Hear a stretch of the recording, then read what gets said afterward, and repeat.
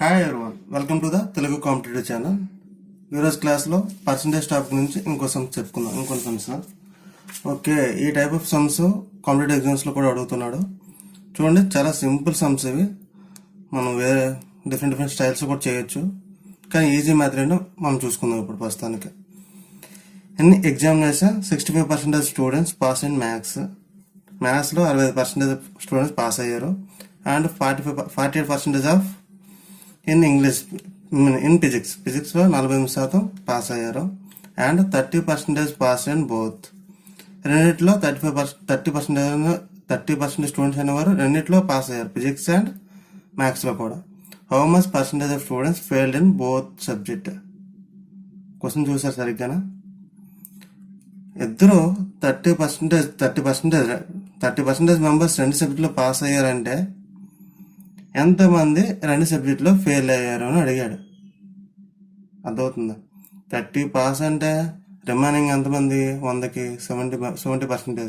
30% pass అంటే 70% fail అన్నట్టే కదా. ఓకేనా? కానీ ఏంటన్నాడు అంటే, how much percentage student fail in both the subject.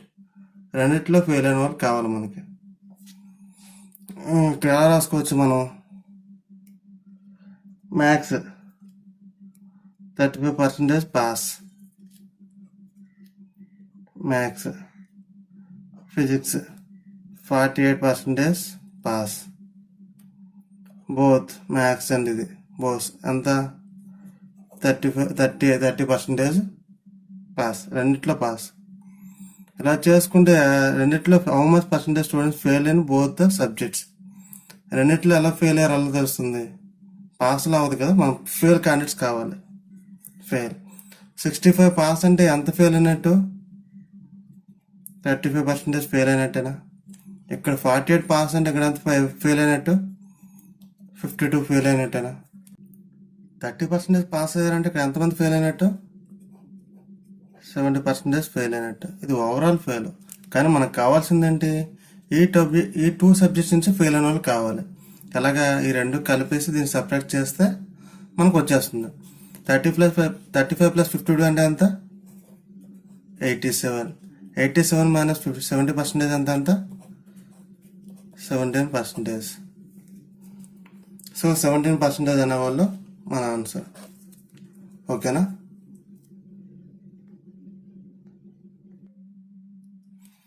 ఈ సమ్ను మనం ఇంకోలా చేసుకోవచ్చు. ఎలా అంటే వెన్ డయాగ్రామ్ ప్రాసెస్ ద్వారా. మామూలుగా ఇది మ్యాథ్స్ సర్కిల్ అనుకొని, ఇది ఫిజిక్స్ సర్కిల్ అనుకుందాం. ఇది మ్యాథ్స్ అండ్ ఫిజిక్స్. ఇద్దరికి ఇది పాస్ అయిన వాళ్ళు చెప్తున్నాను. Pass and measurements. ఇద్దరికి ఎంతమంది కామన్గా పాస్ అయ్యారు? 30% ఇద్దరికి పాస్ అయ్యారు. మ్యాథ్స్ ఎంతమంది పాస్ అయ్యారు? 65%. ఇక్కడ ఆల్రెడీ 30 వెళ్ళిపోయింది. ఇంకా ఎంతమంది ఉన్నట్టు? 35 ఉన్నట్టు. ఇక్కడ ఫిజిక్స్ ఎంతమంది పాస్ అయ్యారు? 48. ఆల్రెడీ 30 వెళ్ళిపోయింది. ఇంకా ఎంతమంది పాస్ అయినట్టు ఇండివిజువల్గా? 18 మెంబర్స్. ఓకేనా? ఈ మొత్తం కలిపితే ఓవరాల్ పాస్ పర్సెంటేజ్ వస్తుంది. ఎంత వస్తుంది? 65 ప్లస్ 18 అంటే 83%. 83% పాస్ అయ్యారంటే ఎంతమంది ఫెయిల్ అయినట్టు? 17% ఫెయిల్ అయినట్టు మన ఆన్సర్. సెకండ్ సమ్ చూసుకుందాం. ఇక్కడ in an examination 75% of total candidates pass in ఇంగ్లీష్లో పాస్ చూసుకుందాం. 75% పాస్. అండ్ 65% మ్యాథ్స్లో 65%. And 15% fail in both subject. ఇక్కడ ఇచ్చాడు 15% fail in both subject. If the 495 candidates pass in both the subjects, find the total number of candidates. మనకి total fail ఇచ్చాడు, total pass ఇచ్చాడు. అయితే total number of students కావాలి. మనకు total pass అవ్వాలంటే ఈ వాల్యూ కావాలి మనకి. అంతేనా? ఇక్కడ చూడండి, 25% పాస్ అయ్యారంటే ఎంత ఫెయిల్ అయినట్టు? 25% ఫెయిల్ అయ్యారు. 65% పాస్ అయ్యారంటే ఇక్కడ ఎంత ఫెయిల్ అయినట్టు? 35% ఫెయిల్ అయ్యారు. ఈ రెండు యాడ్ చేసి దీన్ని సపరేట్ చేయండి. రెండు యాడ్ చేసి ఎంత వస్తుంది? 30 60 వస్తుంది. 60 మైనస్ 15 అంటే 45%. 45% ఓవరాల్ ఫెయిల్. ఎంత పర్సెంటేజ్ పాస్ అయినట్టు అయితే ఇప్పుడు 55% ఓవరాల్ పాస్ అయినట్టు. అదేం చెప్పాడు ఇక్కడ 55%, 495 candidates pass in both subject అంటే 55% అనేది ఎంత అవుతుందంటే 495 అయితే fine the total number of candidates అంటే టోటల్ ఎంత 100%. ఎంత వస్తుంది ఇక్కడ 5 11 5 9 45 5 9 45 11 11 9. So 900 candidates. ఓకేనా. Next some.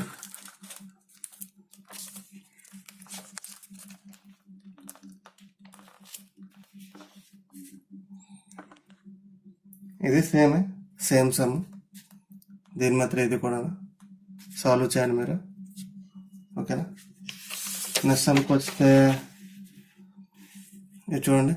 400 students appeared in examination and 60% of boys and 80% of girls passed in the examination, and if the total pass percentage is 65%, then how many girls appeared in the exams? ఎంతమంది exam రాస్తారు అమ్మాయిలే, ఎంతమంది అమ్మాయిలు exam రాస్తారు. దీన్ని మామూలుగా ఈ మెథడ్లో కాకుండా మామూలు మెథడ్లో కాకుండా అలా చేస్తాం. మిక్సర్ అలగేషన్ మెథడ్లో ఈ సమ్ చేస్తే సింపుల్ అయిపోతుంది. ఇక్కడేమన్నాడు, ఎంతమంది ఉన్నారు, బాయ్స్ గర్ల్స్ రిలేషన్ ఉంది. ఓకేనా. బాయ్స్ 60% పాస్ అయితే గర్ల్స్ 80% పాస్ అయ్యారు.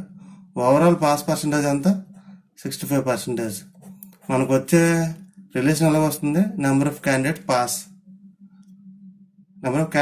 కదా, number of candidates in total exam. So pass కాదు, టోటల్ ఎగ్జామ్కి ఎంతమంది ఉన్నారు తెలిసిపోతుంది.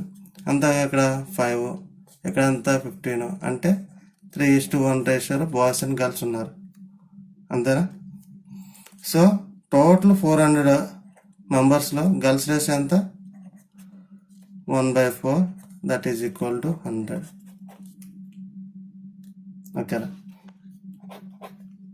Next question. To pass examination a candidate need 40% marks. Exam pass అవ్వాలంటే 40% మార్క్స్ ఉండాలి. All questions carry equal marks. ప్రతి క్వశ్చన్ కూడా సేమ్ మార్క్స్ ఉంటుంది, ఈక్వల్ మార్క్స్ ఉంటుంది. A candidate just passed by getting 10 marks. 10 మార్కులు రావడం వల్ల జస్ట్ పాస్ అయ్యాడు. 10 marks, 10 answers correctly by attempting 15 total questions.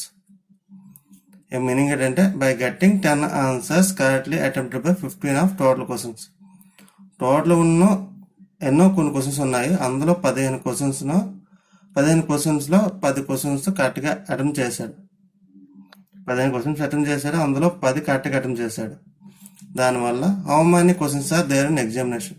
ఎన్ని క్వశ్చన్లు ఉన్నాయో మనకు తెలియదు, కానీ అన్ని క్వశ్చన్లో 15లో 10 అటెంప్ట్ చేయడం వల్ల ఆడు పాస్ అయిపోయాడు. 15 కరెక్ట్గా అటెంప్ట్ చేయడం వల్ల పాస్ అయిపోయాడు. ఓకేనా. అయితే total number of questions in that exam చూడండి. ఎవరి క్వశ్చన్ సరిగ్గా మళ్ళీ ఒకసారి చూసుకున్నాను. ఏ క్యాండిడేట్ నీడ్స్ 40% మార్క్స్. 40% వస్తేనే పాస్ అవుతాడు. ఓకేనా. ఏం చేశాడు, just pass by getting 10 answers correct by attempting 15. 15లో 10 క్వశ్చన్స్ కరెక్ట్గా అటెంప్ట్ చేశాడు. ఆఫ్ ది టోటల్ క్వశ్చన్స్లో. ఓకేనా. How many questions are there in examination. మామూలుగా 40% పాస్ మార్క్. మనం ఎంత వచ్చి మనం ఎన్ని అటెంప్ట్ చేశాడు, 10 అటెంప్ట్ చేశాడు. అంటే 10 మార్క్స్ పాస్ అయ్యాడు అంటే 10 అనేది 40% అవుతుందా. మనకు టోటల్ నెంబర్ ఆఫ్ క్వశ్చన్స్ ఎన్ని ఉన్నాయని కావాలంటే 100% కదా మనం టాలీ చేయాలి. 10 మార్క్స్ 40% అయితే ఎన్ని మార్క్స్కి 100% అవుతుంది. సో 4% ఈక్వల్ 1 మార్క్స్ అయితే 100% equal to 25 marks. So 25 questions ఉండాలి. వాడు 15లో 10 కరెక్ట్ పెట్టాడు. ఓకేనా. 15 క్వశ్చన్లు అటెంప్ట్ చేశాడు, అందులో 10 రాంగ్ ఉన్నాయి, నెగిటివ్ మార్క్స్ లేవు ఇక్కడ. అయితే టోటల్ నెంబర్ ఆఫ్ క్వశ్చన్స్ అన్ని, అది క్వశ్చన్. ఈ క్వశ్చన్ చూడండి. In a test consisting of 75 questions. ఒక టెస్ట్లో 75 క్వశ్చన్లు ఉన్నాయి. Carrying each one same marks, 1 mark each. Sameer answer 75% of questions. 75% of first 40 questions correctly. ఈ 75 2 పార్ట్లుగా చేసుకున్నట్టున్నాడు ఇక్కడ. ఫస్ట్ పార్ట్లో 40 క్వశ్చన్స్ ఏం చేశాడంటే 75% కరెక్ట్లీ పెట్టాడు.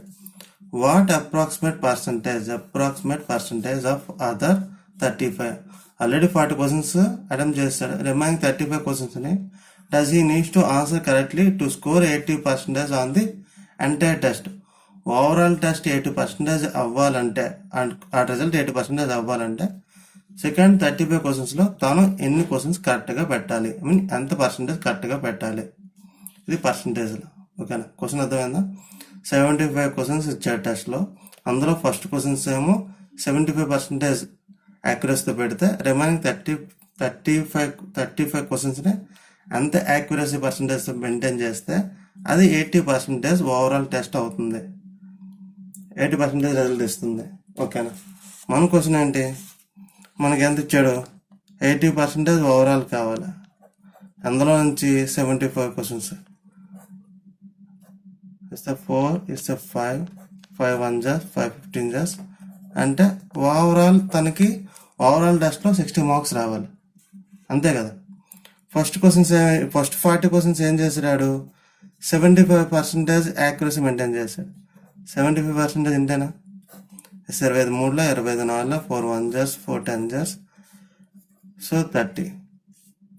So 30 marks first 40 question 30 marks వచ్చేసాయి.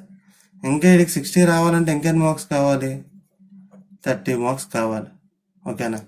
ఈ 30 మార్క్స్ ఎన్నిటిలో కావాలి, 35 మార్క్స్ 35 బిట్స్ నుంచి 30 మార్క్స్ కావాలి.